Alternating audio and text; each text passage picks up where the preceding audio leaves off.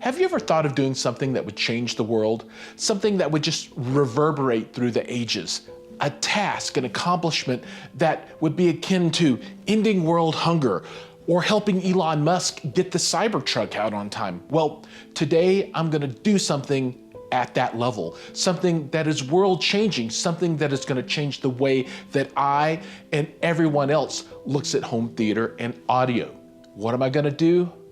I'm gonna upgrade from an AVR to separates. Yes, separates. It's where you take all the pieces in AVR and you kind of suck them out into separate little pieces, right? That's why they're called separates. And let me tell you what, your world is about to be rocked. So if you're a short order cook, turn off the fire. If you're a flight attendant on the airplane, go ahead, sit down and put on your oxygen mask because this is gonna be a hot one.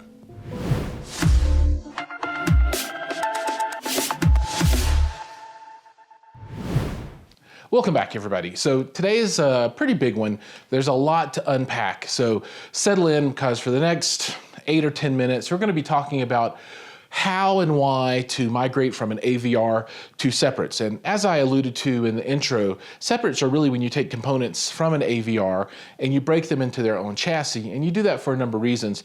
And like I said, I'll kind of cover that at the end. But let's first walk through what it looks like to hook these pieces up. And we'll look at some separates, specifically the Muse from Acurus and their M8 amplifier, so you can see what separates look like and get an idea compared to an AVR. As we get things ready, take a moment to consider subscribing to the channel. Here at Home Theater Fanatics, we cover everything from hi-fi to AV to home theater to PCs to gaming. Pretty much if it's got tech in it, we cover it because that's the things that I love, and I think you're here because those are the things that you love as well. In addition to our weekly content, we also have a weekly live stream every Tuesday at 8 p.m. Mountain Time where we cover everything technology with a strong emphasis on audio and hi-fi. So if you're interested, please hit that button down below and join the family. This is the piece of equipment that we're going to upgrade. So this is the Onkyo 5100. It's a super solid piece of gear. And if you want to know more about it, you can click the link to the video up in the corner. I did a full review on this piece, and I'll be replacing it with this M8 and the Muse from Acurus. And if you're interested in those, I've got a link to reviews for those as well. Now, the interesting thing here is that the furniture, this IKEA furniture, while super affordable, isn't really deep enough to hold these two pieces down behind the glass. So I'm just gonna put them up top. And for me, that's not a problem because these things are absolutely gorgeous. I mean, they are pieces of art in my opinion. So I'm very happy to have them out for people to see. And you know, with the projector setup here, it's plenty of room on top and I don't have anything else going on. So looks good. And then we'll have more space down here for Blu-rays and collectibles and other things that I enjoy. But you can see that we're going to go from one piece to two pieces. And basically the change here is that the amplification has been pulled out of the AVR. And so the remains, all of the processing, HDMI board and that kind of stuff is what's inside of the Muse. And then the M8 has 8 channels of amplification. They're all bridgeable. You can run it in 4, 5, 6, 7 or 8 channel mode. And this gear sounds so good. You can find out more in the review, but you know, there are 2 companies making processors that I think are top tier for sound quality, and this is one of the 2. And I'm super excited to get this in this room because I'll be able to pair it with the Stark Sound ICH5s, and then over there the Sub 36, and it just sounds amazing. It's really, really good. So this is where we're gonna start, and this is where we're gonna end up. So I'm gonna flip this set of gear around, and we're gonna cable a little bit of stuff up, and I'm gonna show you what the connectivity looks like on this unit. Here we are on the rear of the 2 devices. So M8 amplification on the bottom, and then here on the top, you've got your Muse. The Muse is a 16-channel processor, and then we've got a 8-channel amplifier here. In a full-blown setup where you're running many channels and filling this thing up, then you'd want 2 of the M8s, right, if you want the match set. But here, I don't have that many channels, so we're really just gonna focus on a couple of channels and in the setup of those, and then as you need to add more, you just repeat over and over. So just to talk through things quickly, the things that you need to know about, you'll always have an HDMI section on your processor, and if you look, you've got here, I1 all the way up through I8. And so this is input 1 through 8. And then you've got your HDMI outputs, and you've got 2 different outputs typically. And this is the primary output for this unit. So that's the one that we're going to connect to our projector. In addition to HDMI input, you have others as well. So you've got digitals, you've got your analogs, you've got a downmix output if you wanted to use that, USB for programming, some things that are gonna definitely be different between this and most AVRs that you find out there.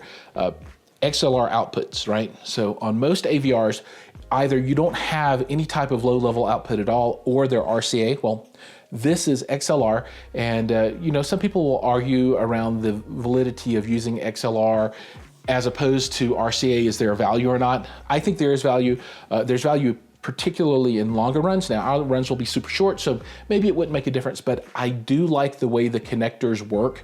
And XLR, if you look, the cables are always gonna have pins on one side and the female connector on the other side. So if you ever need to extend these, you could just plug cable into cable. You don't have to have a special inline connector. And if you see, the output stage always is male and your input stage is always gonna be female. So it's very easy to kind of see the flow of data. These point in the direction that your information is going to be going.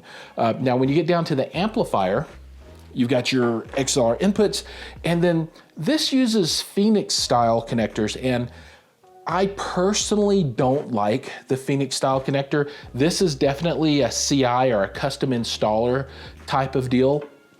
So what you do is you have this kind of unit, and your speaker wire will plug in here, and then you could either use this for 2 channels, or if you use the outside, then it bridges, and then this plugs in as such.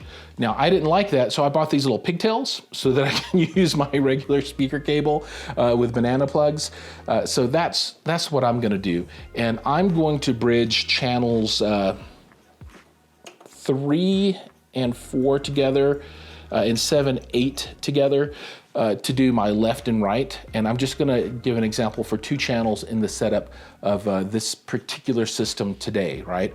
Now, coming back up here, another thing to think about, we've got 12-volt triggers, and this is what allows your brain processor, or the processor, to remotely turn on your amplification. So we're gonna go ahead and cable that up. And that uses just a regular mono phono cable. And so it's not stereo, it's mono. And you can go to your 12-volt trigger out, and it's got 2 outputs, and plug it in. Now, this also could take control from something else. And let me get that out of the way. So it's got IR input and 12-volt trigger input. So if you had another device you wanted to use to turn this on remotely, that would go in here. But this is the 12-volt trigger output, and there are 2 of those. We're just gonna use the one. So we'll plug that guy in. And then here, you've got IR input and 12-volt input. We wanna use the bottom one for your 12-volt. Both of these have Ethernet, and they are manageable via internal web server, and that is a very high-end feature available from Acurus. I absolutely love it. It's super, super cool. I mean, these boxes are so controllable. So if you're gonna build any kind of system where you want to leverage external control for your devices, this is a brand that you absolutely wanna take a look at. And it's Ethernet controllable, and there's also RS-232 over serial that you could use as well. Now, so we'll deal with the inputs here in a minute, but let's go ahead and connect our sound. And we're gonna use XLR cables, and I think red is typically your right channel.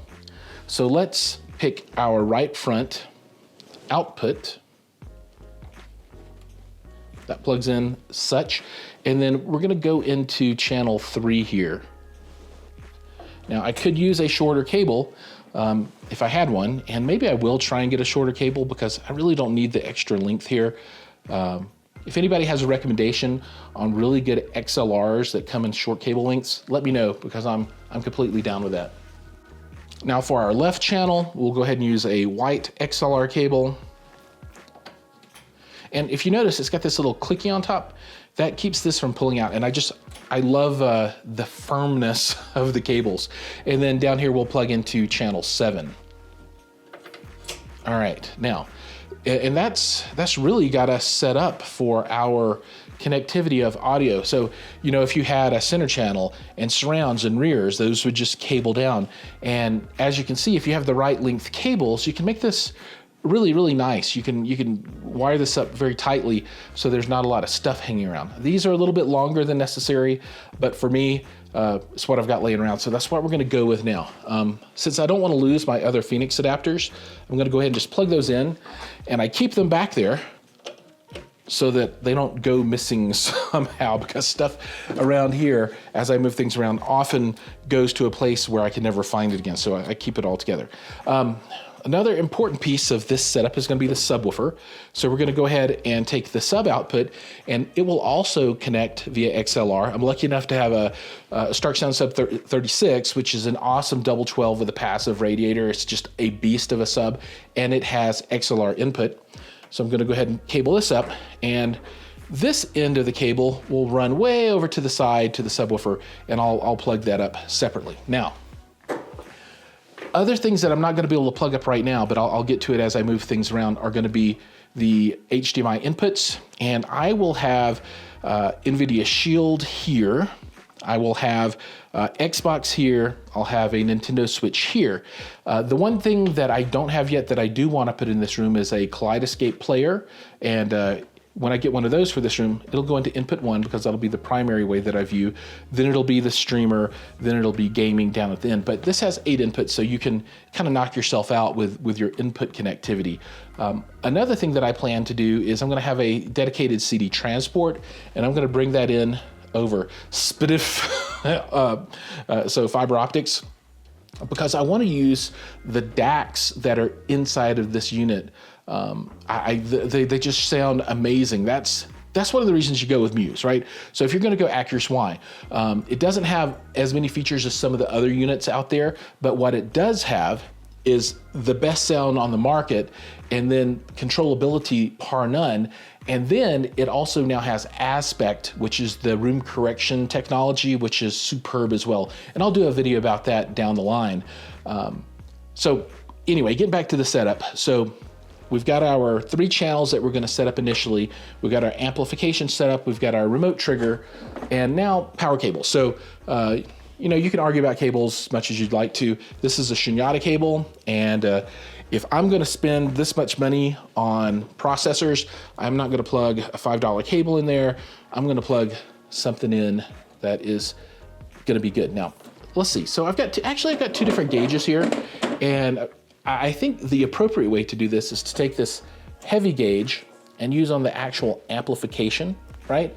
And then this lighter gauge, same brand, same line of cabling. And this is the lower end on the Shunyata stuff.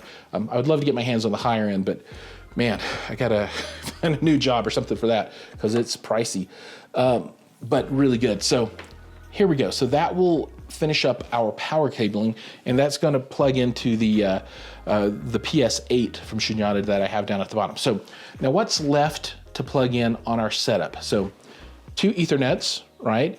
And then also all of the HDMI. And I will plug these in as I start pulling them out of the Onkyo 5100. So I'm gonna set this camera back a bit and see if I can show you guys my backside a bit as I bend over and try and get to this cabling without pulling the furniture out from the wall.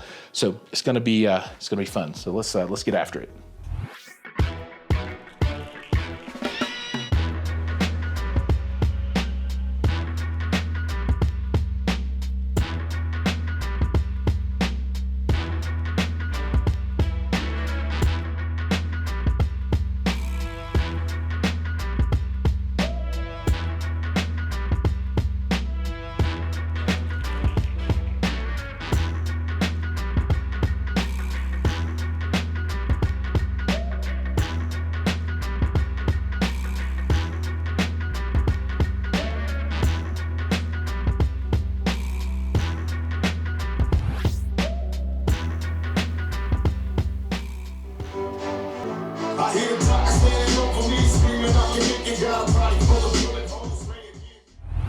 Now that you've seen the how of an upgrade from an AVR to separates, let's talk about the why you would want to do this kind of thing, right? Because it's not cheap, right? Separates cost probably a lot more on average than an AVR. I mean, you can jump into an AVR for, you know, 500, 600, 700 bucks on the entry level. But when you're talking about separates, you're into multiple $1,000s.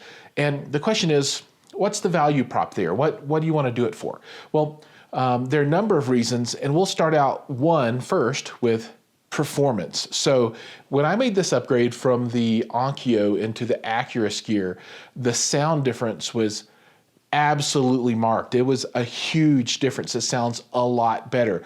You know, I don't want to get into the subjective piece of why does it sound better, and let's talk about, you know, the sound stage and blah, blah, all those things. It is a higher quality product. The DACs are better. It sounds a lot better. You have a lot of power. You can be more dynamic.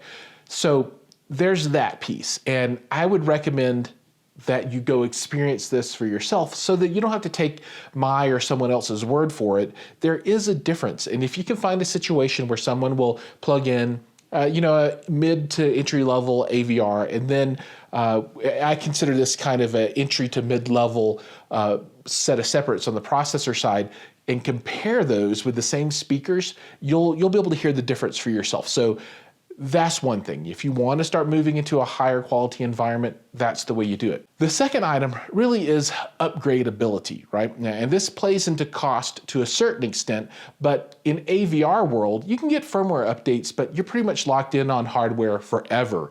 When you move into separates, make sure you buy one that has, on the processor side, the ability to upgrade hardware, particularly the HDMI board.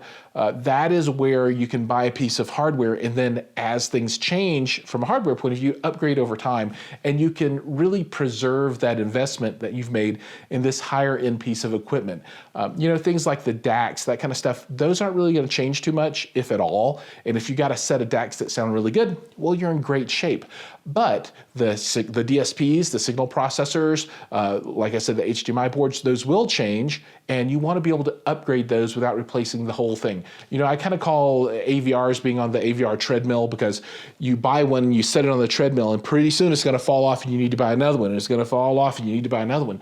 Well, it's not really the same when you move into a processor with dedicated amplification, because that's another piece that really won't change that much. Your amplification, if it does what it's supposed to do, you don't really need to swap that piece out. So go ahead and split that stuff up and invest money in a system that sounds great, that you can then upgrade and change. And then I guess the last piece to really talk about from an upgradability point of view is the support you get on the firmware. So as features come out, like I said, AVRs can be updated, but you see a lot more flexibility on the processor side.